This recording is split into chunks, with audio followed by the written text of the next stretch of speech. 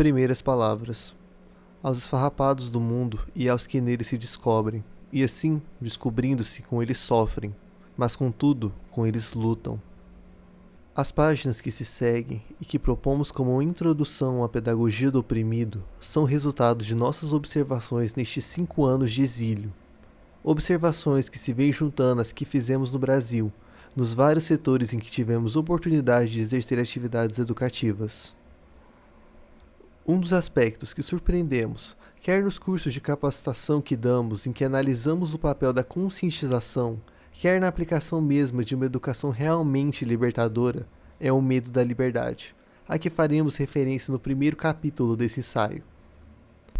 Não são raras as vezes em que participantes desses cursos, numa atitude que manifestam seu medo da liberdade, se referem ao que chamam de perigo da conscientização. A consciência crítica, dizem, é anárquica. Ao que outros acrescentam, não poderá a consciência crítica conduzir à desordem? Há contudo os que também dizem, por que negar? Eu temia a liberdade, já não a temo. Certa vez, em um desses cursos de que fazia parte um homem que fora durante um longo tempo operário, se estabeleceu uma dessas discussões em que se afirmava a periculosidade da consciência crítica. No meio da discussão, disse este homem, talvez seja eu entre os senhores o único de origem operária. Não posso dizer que havia entendido todas as palavras que foram ditas aqui, mas uma coisa posso afirmar. Cheguei a esse curso ingênuo e ao descobrir-me ingênuo, comecei a tornar-me crítico. Essa descoberta, contudo, nem me faz falta e me dá a sensação de desmoronamento. Discutia-se, na oportunidade, se a conscientização, uma situação existencial, concreta de justiça, não poderia conduzir os homens dela conscientizados a um fanatismo destrutivo, ou a uma sensação de desmoronamento total do mundo em que estavam esses homens. A dúvida, assim expressa, implícita a uma afirmação nem sempre explicitada, no que teme a liberdade. Melhor será que a situação concreta de justiça não se constitua num percebido claro para a consciência dos que a sofrem. Na verdade, porém, não é a conscientização que pode levar o povo a fanatismos destrutivos. Pelo contrário, a conscientização que lhes possibilita inserir-se no processo histórico como sujeito, evita os fanatismos e o inscreve na busca de sua afirmação. Se a tomada de consciência abre o caminho à expressão das insatisfações sociais, se deve a que essas são componentes reais de uma situação de opressão. O medo da liberdade, de que necessariamente não tem consciência o seu portador, o faz ver o que não existe. No fundo, o que teme a liberdade se refugia na segurança vital, como diria Hegel, preferindo a liberdade arriscada. Raro, porém, o que manifesta explicitamente esse receio da liberdade. Sua tendência é, antes, camuflá-la, num jogo manhoso, ainda que às vezes inconsciente. Jogo artificioso de palavras em que aparece ou pretende aparecer como que defende a liberdade, não como que a teme. As suas dúvidas e inquietações impressam um ar de profunda seriedade. Seriedade de quem fosse o zelador da liberdade. Liberdade que se confunde com a manutenção do status quo. Por isso, se a conscientização põe em discussão esse status quo, ameaça então a liberdade. As afirmações que fazemos neste ensaio não são, de um lado, fruto de devaneios intelectuais, nem tampouco de outro resultam apenas de leituras, por mais importantes que nos tenham sido estas. Estão sempre ancorados, como sugerimos no início dessas páginas, em situações concretas. Expressam reações de proletários, camponeses urbanos, e de homens de classe média que vimos observando, direta ou indiretamente, em nosso trabalho educativo.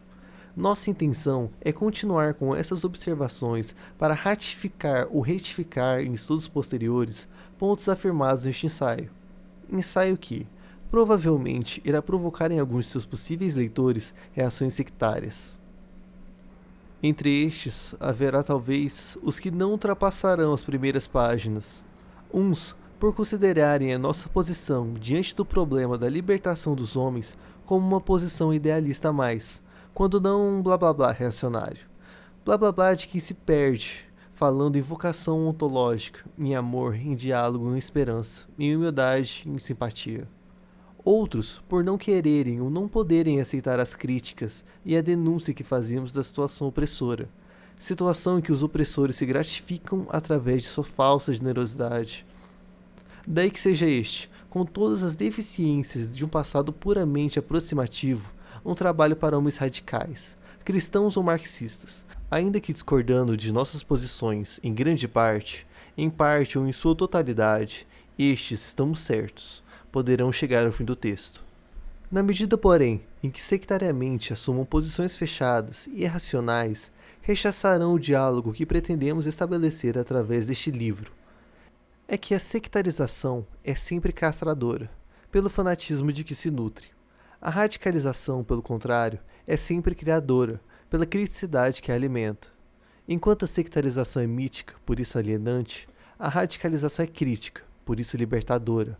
Libertadora porque, implicando no enraizamento que os homens fazem na opção que fizeram, os engaja cada vez mais no esforço de transformação da realidade concreta, objetiva.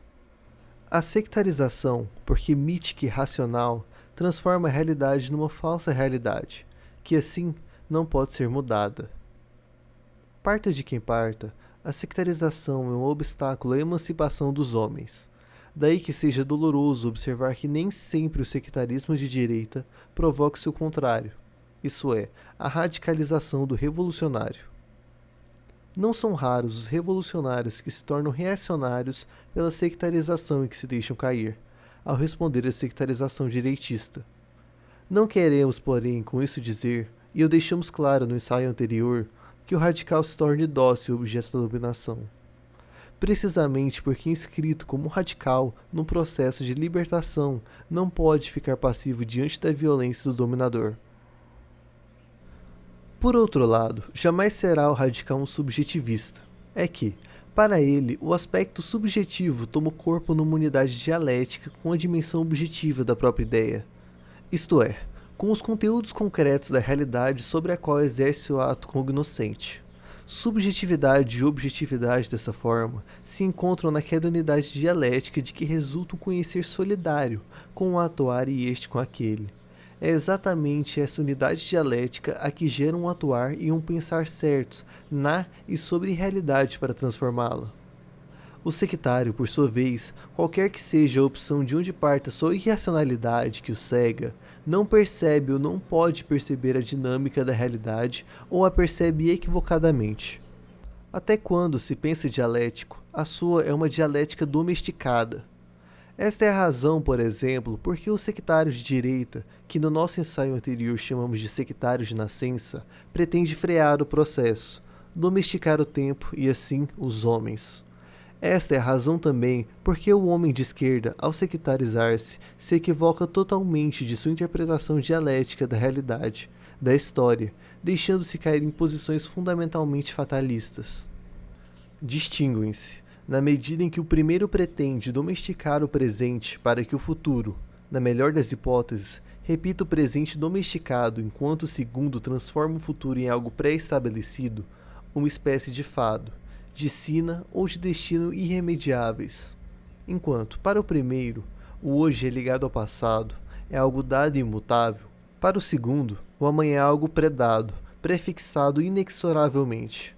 Ambos se fazem reacionários porque, a partir de sua falsa visão da história, desenvolve um e outro formas de ação negadoras da liberdade.